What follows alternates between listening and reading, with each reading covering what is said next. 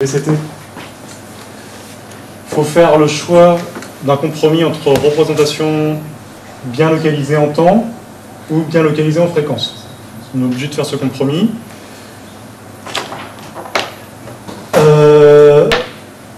Et ce qu'on peut remarquer, donc, c'est plusieurs structures qui vont apparaître sur cette image. Donc, dans chacune des deux transformées, il y a quelques coefficients rouges qui vont être très énergétiques, qui vont être ceux qui vont m'intéresser essentiellement, et beaucoup de coefficients bleus, verts, qui sont, c'est-à-dire proches de 0 en amplitude, qui sont assez peu informatifs, et que je vais pouvoir même ignorer dans mes représentations.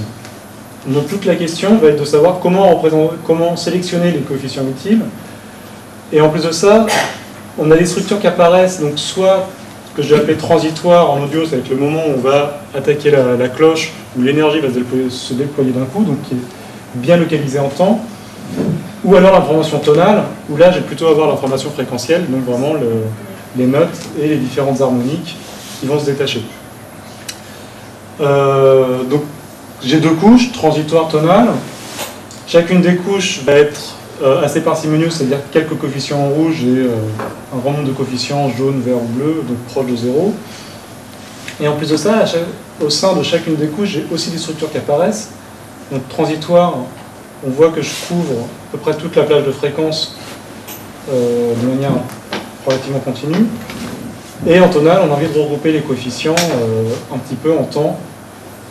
Et même, on voudrait mettre idéalement un système de voisinage presque, si on voulait prendre l'information harmonique qui apparaît. Alors on va voir un peu comment prendre en compte tous ces a priori qu'on va voir sur notre signal, c'est-à-dire dans notre base temps-fréquence, on a un signal parcimonieux, c'est-à-dire juste quelques coefficients très énergétiques, et on a envie de les structurer entre eux. Alors ça, c'est un autre point de vue sur donc, ces coefficients MDCT. Si je dessine donc, les densités de probabilité empiriques des coefficients de mon signal, bah, dans mon signal, les échantillons temporels, j'ai une belle gaussienne, en gros, autour de 0, et je ne vais pas avoir des coefficients vraiment plus importants que d'autres. Je vais avoir du mal à les discriminer. Alors que si je passe dans la base MDCT, bah, on voit que voilà, c'est très piqué en 0, je vais avoir des queues assez lourdes, et je vais avoir quelques coefficients qui vont se détacher, et ce sont ces coefficients qui vont me permettre de reconstruire mon signal avec une erreur assez petite.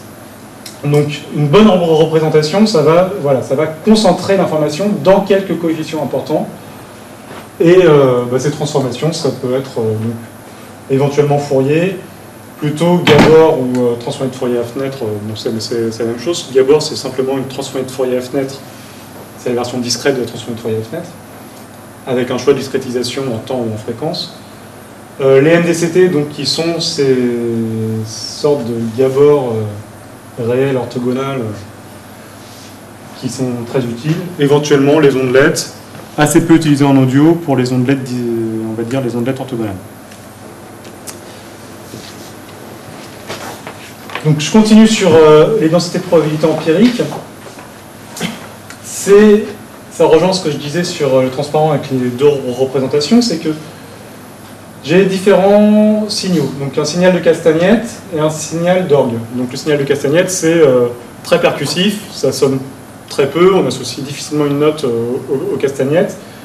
Donc un signal très transitoire. A l'inverse, le signal d'orgue, l'attaque est assez douce, et on a une note qui se détache bien pour pouvoir bien écouter. Alors là, j'ai utilisé quand même une représentation d'ondelette qui est relativement bien adaptée au transitoire, même si ce n'est pas forcément l'idéal, et une transformation MDCT avec une fenêtre d'analyse assez longue, donc bien adaptée a priori à l'information tonale. Et on voit que donc, le signal d'orgue est assez mal représenté au final par les coefficients d'ondelette, parce que l'information n'est pas assez concentrée dans les quelques coefficients qui vont être plus gros que les autres, alors que le signal de castagnette, lui, va avoir quelques gros coefficients qui vont bien se démarquer de la pointe. Et inversement, le signal d'orgue va être bien représenté dans le signal MDCT, et la queue va être beaucoup plus lourde. Pourquoi est-ce que ce serait bien, même je suis d'accord que c'est bien, mais j'aimerais savoir pourquoi est-ce que c'est bien d'avoir le signal concentré dans quelques coefficients? Alors, Ce qu'on veut, c'est représenter notre signal. Alors j'ai déjà donné une information, une explication plutôt empirique avec les mains sur ce qu'on veut. On voudrait représenter, enfin ça va dépendre aussi de l'application. Mais imaginons qu'on soit dans une optique de codage, de compression. Donc moins notre coefficient à coder, plus la compression va être efficace, a priori. Pas nécessairement. Si le signal sous-jacent est gaussien, etc., on ne peut pas faire mieux que le représenter tel quel. De le représenter tel quel. Oui, mais justement, ici, enfin, comment dire, tu prends les échantillons temporels du signal, il est gaussien. On voit la distribution empirique est gaussienne. On peut le compresser relativement efficacement, les échantillons, avec des modèles type prédictif et encore, enfin, étant donné qu'il y a, comment dire, le signal n'est pas stationnaire au cours du temps, donc les modèles prédictifs vont avoir du mal, il va falloir fenêtrer, éventuellement on peut s'en sortir, mais les transitoires, on va avoir du mal à les expliquer avec ce type de modèle. Alors que si on utilise une base au final type temps-fréquence, où il y a juste des coefficients informatifs qu'on sait interpréter physiquement, qui vont apparaître, qui vont être en gros les notes qui vont apparaître dans mon signal, je vais coder essentiellement que cette information-là. Donc là, on a une distribution qui est plutôt gaussienne, j'ai une distribution avec très lourde, et je conserve que ces très forts coefficients. Et en faisant un seuillage, donc juste sur la valeur absolue des coefficients, je contrôle l'erreur que je vais faire en plus. Si on prend les travaux auxquels s'intéressait à un moment Stéphane Malat, justement, où il cherchait les meilleures bases pour une classe de signal. Voilà, on va avoir une classe de signal plus ou moins restrictive, et on peut trouver des bases idéales qui vont coder l'information de manière optimale dans cette base-là. Et donc, pour le codage, c'est ce qu'on veut. Voilà. Je ne sais pas si ça répond à ta question ou pas. Ben, je donnerai ma réponse demain. D'accord.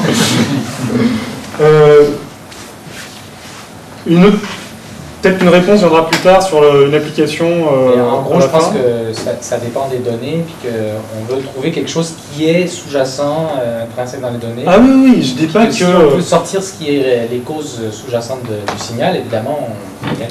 Et a priori, il n'y en a peut-être pas beaucoup. Ah oui, non, mais là, dans mon exposé, je dis pas qu'il faut absolument faire de la parcimonie à toutes les sauces.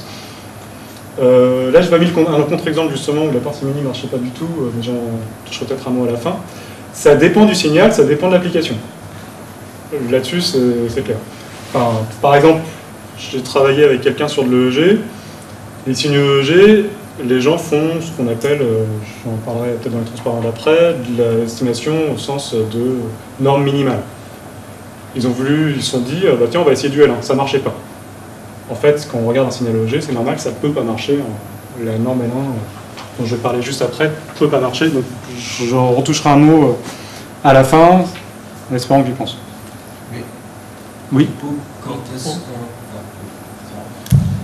Du coup, quand est-ce qu'on sait... Enfin, est-ce qu'il y a des critères qui permettent de définir si on peut commencer à faire de la parcimonie sur un